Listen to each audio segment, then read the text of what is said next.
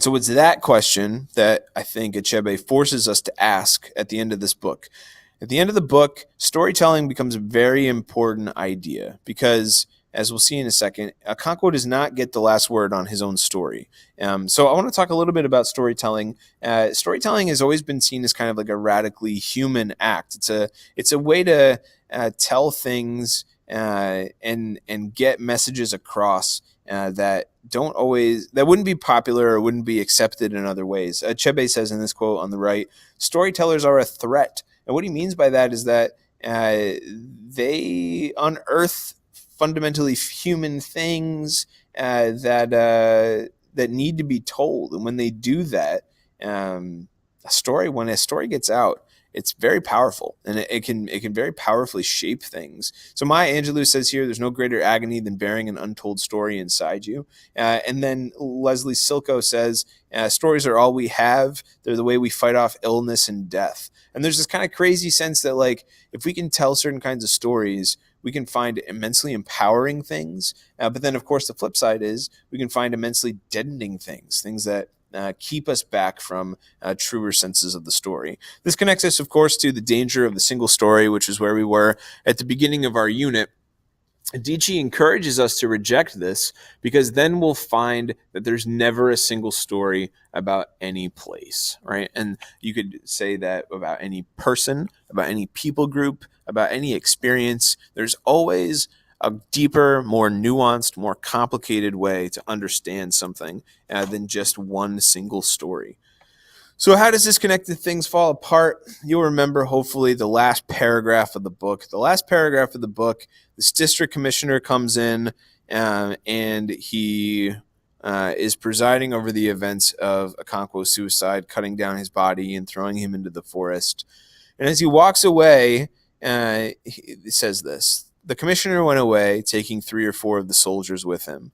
In the many years in which he had toiled to bring civilization, that's the white man's burden, right? That's imperialism right there, to different parts of Africa, he had learned a number of things. One of them was that a district commissioner must never attend to such undignified details as cutting a hanged man from the tree. Such attention would give the natives a poor opinion of him. In the book which he planned to write, he would stress that point. As he walked back to the court, he thought about that book.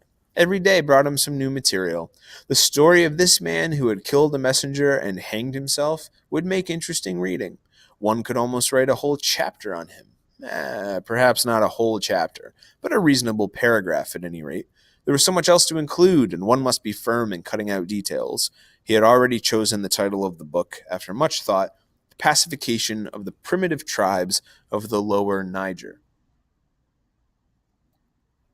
The really important question to consider here is, who gets to tell this story? We have that cliche that the winners write the history books. If you were being educated in Britain at this time in your life, you would maybe have found, in the 19th century, you would have maybe have found a lot of books like this one, in which the horrible acts of the British, the culture destroying, at times things that feel like genocide, would be called pacification, right? Which is such a euphemistic way to talk about actual pain. And you would get small little paragraphs, a chapter about a man who killed a messenger and hanged himself, right? If you just, I mean, you could dilute all of Things Fall Apart down to that like that's what happens, right? Like that's what happens in the story. And yet that's not what Achebe has done. Achebe has put together a full, complex, embodied story about a man who feels real because of how complicated and complex his motivations are, about how nuanced his thinking is. And yet the district commissioner can just dehumanize this man into a single paragraph of an unnamed African who hangs himself, right? And what do we do with that? What do we do with the fact that sometimes, especially in the West, we are presented the single paragraph story? We're not presented the deeply complicated, embodied story. We're presented the single paragraph, the story that does a tremendous disservice to the actual human factor that the story, of course, hints at but never examines. So I want to throw out just a couple quick conclusions.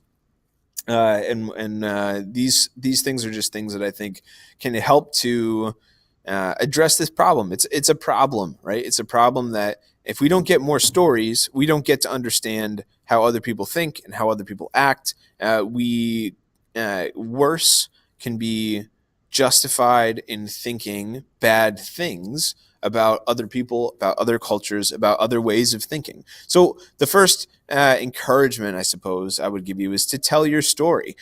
Each of us individually, we're complicated, we're nuanced, we're controversial, we have ideas that we're trying to figure out. We're figuring out how to be human in community, how to address our own strengths and weaknesses, and those things are interesting. And those things deserve to be discussed. There are people in your life, I'm sure, who want to label you, to single story you, and we should resist that by doing what Oprah says, speaking our truth. It's the most powerful tool we have, according to Oprah, to be able to tell stories that would otherwise be silenced or shushed or quieted. But we have the freedom, we should exercise the freedom to tell our stories where we can. Perhaps more importantly, though, is the second point, which is to seek out the rich stories of others. The way you reject the single story is through the knowledge that there is more to the story. Adichie here says, the best way to dispossess a people is to start with secondly. Pick up in the middle of the story and you have a totally different story. It's sometimes, though, it takes discernment and it takes effort to dig beyond the propaganda story, to dig beyond, here's the official story, but there's more underneath it. There's real people underneath that headline. There's real stuff happening it's expressed to us in broad ways, but there's real richness and diversity to be discovered on the other side of it. So those are some conclusions from the story, and that's the end of our discussion on Things Fall Apart. I hope that you have enjoyed the novel.